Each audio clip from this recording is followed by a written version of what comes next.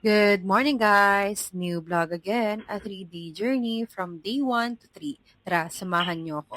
At pagkagising ko nga ay akala ko hindi pa siya magigising, pero bumangon na din pala siya.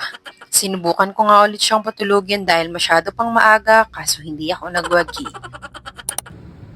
Ayan, at ginising na din niya ang kanyang daddy. Good morning. Be right back guys, mag-shower lang ako. At nakapag-ayos na ako lahat-lahat dito, ready to go na kami.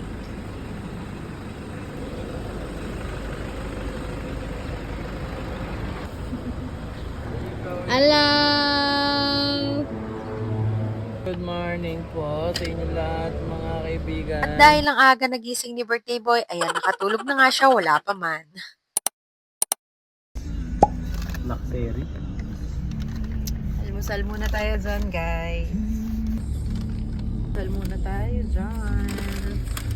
Bago tayo magutom. What? Ay, tayo magutom pala. Pwede tayo magutom. Nag-breakfast muna kami kasi mukhang aabutin kami ng lunchtime. Mahirap kayang magutom. At pagkatapos nga naming mag-breakfast, ay agad na kaming umalis. Dito nga ay on the way na kami sa studio.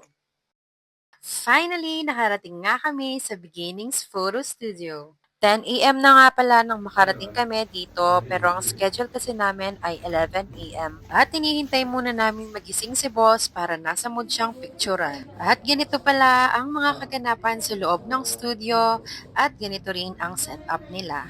Medyo nahihirapan lang kami dahil ang bilis na maglakad ni Gideon.